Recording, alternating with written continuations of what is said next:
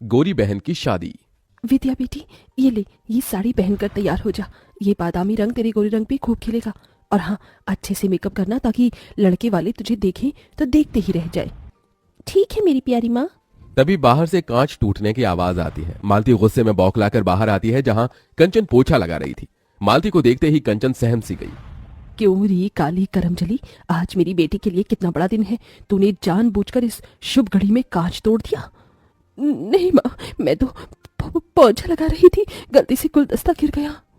कहते हुए कंचन कपकपाई जा रही थी क्योंकि उस दिन बड़ी ठंड थी। क्यों री, हाथों में जान नहीं है क्या? खाने को तो 10-10 रोटी एक बार में खा जाती है। अच्छे से पोछा लगा, फर्श एकदम चमकना चाहिए। और उसके बाद चाय समोसे नाश्ता भी बना देना। ये कहते हुए मालती जानबूझकर उस बेचारी के पैरों पर से चढ़कर चली जाती है, जिससे कड़ाके की ठंड के मौसम में उस बेचारी की चीख निकल जाती है। माँ, माँ मेरा हाथ कंचन के साथ ऐसा जुल्म होता देखकर बिछौने पर लकवे में पड़े वासुदेव की आंखों से टप टप आंसू चूने लगते हैं। थोड़ी देर में वसुंधरा अपने बेटे कार्तिक के साथ विद्या को देखने आती है। तभी कंचन चाय नाश्ता लेकर परोसती है। आंटी जी, नाश्ता। मालती जी, ये लड़की कौन है? जी, ये इस घर की नौकरानी है। ये सुनते ही कंचन की आंखों में आंसू भर आते हैं। वो लड़के वालों के बीच से जाने लगी। तभी विद्या ने कहा, कंचन जरा रुक। माँ जी, ये इस घर की नौकरानी नहीं बल्कि मेरी बहन कंचन है। विद्या के शब्दों में कंचन के लिए एक बड़ा मान था। बड़ा प्यार है दोनों बहनों के बीच। बहन, मुझे मेरे कार्तिक के लिए आपकी विद्या पसंद है। तभी कंचन को उसके काले रंग के लिए नीचे दिखाते हुए मालती ने इतरा कर कहा, पसंद तो आनी ही थी वसुंधरा जी। मेरी विद्या किसी होर से कम थोड़ी है। गोरी है, सुंदर है, कोई भी खोट नहीं है मेरी बच्ची में। अच्छा जी, अब हम चलते हैं, जल्द ही बारात लेकर आएंगे। वसुंधरा के जाने के बाद मालती कंचन पर आग बबूला होकर बोली, क्यों री काली कलोटन, तुझे कहा था ना कि अपने बदसूरत मुंह पर घूंघट ओढ़ कर बाहर आने को। अगर तेरी वजह से आज मेरी गोरी बेटी का रिश्ता कट जाता तो तेरी तो शादी हो नहीं रही। कम से कम अपनी बहन का तो घर बस जाने दे।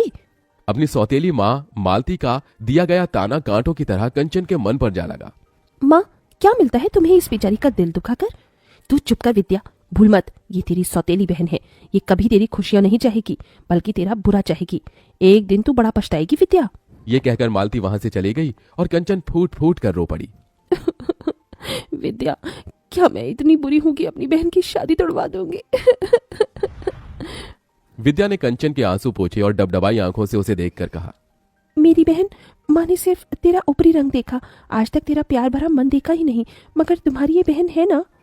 भले ही विद्या और कंचन सौतेली बहन थी, मगर दोनों के बीच सगी बहनों से बढ़कर प्यार था। हालांकि विद्या गोरी सुंदर थी और कंचन काली, मगर उसके बाल उतने ही लंबे काली। वसुदेव ने अपनी पहली पत्नी सुलोचना के मरने के बाद मालती से दूसरी शादी की। हालांकि दोनों का यह पुनर्विवाह था। मालती अपनी बेटी विद्या को साथ लेकर आई। विद्या ने तो कंचन को अपनी बहन मान लिया था, मगर मालती कंचन के काले रंग की वजह से उसे बेटी न ही मान सकी और न ही अपना सकी। यह भेदभाव वसुदेव से देखा नहीं गया और वो सदमे में चले गई। हालांकि मालती ने कंचन को गरीब घर में ब्याहने के लिए बहुत से ऐसे रिश्ते देखे, मगर उसके काले रंग के चलते वो भी रिश्ते वाले उसे ठुकरा गए, क्योंकि कहते हैं ना, नियति का तय हुआ कोई नहीं टाल सका। जिसके बाद विद्या की शादी अमीर घर में तय हो गई और गुजरते दिन के साथ शादी की रस्में अब शुरू हो गईं। विद्या बेटी, देख, मैंने तेरे हल्दी और मेहंदी के लिए 2 लहंगे बनवाए हैं। सुंदर है? हाँ माँ, बहुत सुंदर है। पर माँ, कंचन के लिए लहंगा? कंचन का नाम सुनते ही मालती चिढ़ गई। अरे शादी तेरी है, उसकी थोड़ी होने वाली है। दुल्हन तू है और कंचन मेरी बहन। अरे देख, इस पीले वाले लहंगे में कितने अच्छे बेल बूटे हैं और ये हरा वाला लहंगा मेहंदी के टाइम पर पहनना है। तेरी माँ ने कैमरे वाले को भी बुलाया है और तू चिंता मत कर, उसे भी दे दूंगी मैं कपड़ा। थैंक यू माँ। मालती ने कंचन को देखते हुए उसे एक बड़ा पुराना सा सूट पहनने को दिया, जो कि कई जगह से फटा भी था। एरी कर लो, ये ले, पहन लियो तू। बिना किसी शिकायत के कंचन ने उसे स्वीकार कर लिया और विद्या को हल्दी मेहंदी लगने लगी। पड़ोसनों ने गाना बजाना भी शुरू कर दिया। हल्दी लगाओ रे, तेल चढ़ाओ रे, बन्नों का गोरा बदन चमकाओ रे। मेरी बच्ची कितनी सुंदर लग रही है। अरे मालती, अब क्या विद्या को हल्दी में ही नहला देगी? और क्या, रज रज के हल्दी लगाऊंगी, तभी तो मेरी विद्या का गोरा रंग खिलेगा। सबने बारी बारी से विद्या को हल्दी लगाई, मगर कंचन एकदम पीछे खड़ी थी। कंचन, तू अपनी बहन को हल्दी नहीं लगाएगी? आना, दूर क्यों खड़ी है? तभी मालती ने कंचन को हल्दी लगाने से रोक दिया। क्या हुआ माँ, तुमने मुझे रोक क्यों दिया? क्योंकि मैं नहीं चाहती कि तू अपने इन मनहूस काले हाथों से मेरी बेटी को हल्दी लगाए। कहीं मेरी बेटी का रिश्ता टूट गया तो? इतना अच्छा घर द्वार मिला है। मालती के साथ सभी पड़ोसन भी कंचन पर ताना कसने लगी। ठीक कह रही है मालती, अरे ये तो है ही अभागिन, दुनिया में आते ही माँ को खा गई। वही तो, इसे तो इस शादी के शुभ रस्मों से भी दूर ही रखो, इसकी काली नजर न लग जाए। होने वाली दुल्हन को वैसे भी इतनी गोरी और सुंदर जो है।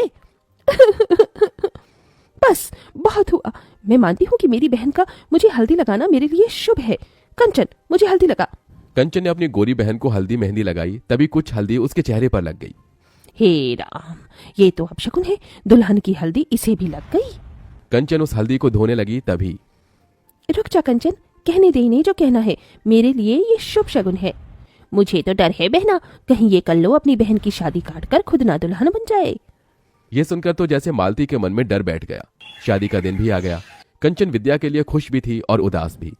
विद्या, आज तू अपनी इस अभागन बहन को छोड़कर ससुराल चली जाएगी और मैं इस घर में तेरे बिना अकेली रह जाऊंगी। तभी दुल्हन बनी विद्या अपने बालों में से थोड़ा गजरा निकालकर कंचन के बाल में लगा देती है। इस गजरे में तो मेरी बहन के लंबे काले बाल एकदम कह ढा रहे हैं। इतने में बारात आ जाती है। तभी मालती कंचन को अपने पास बुलाती है। माँ, आपने बुलाया? हाँ कंचन, तू अपनी बहन से कितना प्यार करती है? अचानक ये सवाल क्यों माँ? क्योंकि मैं जानती हूँ जब से विद्या का रिश्ता इतने बड़े घर द्वार में लगा है तुझसे देखा नहीं जा रहा, इसीलिए तू ये रिश्ता काटना चाहती है ताकि तेरी ताल कल सके और तेरी कोरी बहन की जगह कार्तिक से तू शादी कर सके। ये सुनकर कंचन टूट सी गई। नहीं माँ, ऐसा नहीं है। अगर ऐसा नहीं है तो फिर क्यों सजी धजी है तू? शादी तो तेरी बहन की है, साबित कर दे कि तू मेरी विद्या का बुरा नहीं चाहती। और फिर कंचन ने वहां रखा गमला अपने पैरों पर गिरा लिया, जिससे कि ठंड के उस मौसम में वो तड़प गई। माँ, लो माँ, इस बदनसीब बहन ने साबित कर दिया। आप अगर चाहती हैं कि मैं विद्या की शादी में शामिल ना हूं तो मैं नहीं जाऊंगी माँ। तभी दूर से आदर्श ने ये सब देखा। उधर विद्या कंचन को ढूंढने लगी। आदर्श ने उसे सारी बात बता दी, साथ ही अपना फैसला सुनाया। वसुंधरा मामी, मैं कंचन का हाथ थामना चाहता हूँ, उससे शादी करना चाहता हूँ। ये सुनकर विद्या कंचन के लिए बहुत खुश हुई। देखा माँ, जिसकी जोड़ी जब लगनी होती है ऊपर वाला उसे मिला ही देता है। देखो, मेरी बहन का खुशियों भरा भाग्य उसके सामने खड़ा है। मालती के मन में पछतावे का गुबार भरा था, जो आंसू बनकर बहने लगा। कंचन बेटी, अपनी माँ को माफ कर दे, मेरा ही मन मैला था, इसीलिए विद्या के लिए तेरा प्यार कभी देख न सकी। बोल, तेरे लिए क्या करूं? बस इतना कर दो माँ कि आज अपनी इस बेटी को मायके की चुनरी ओढ़ा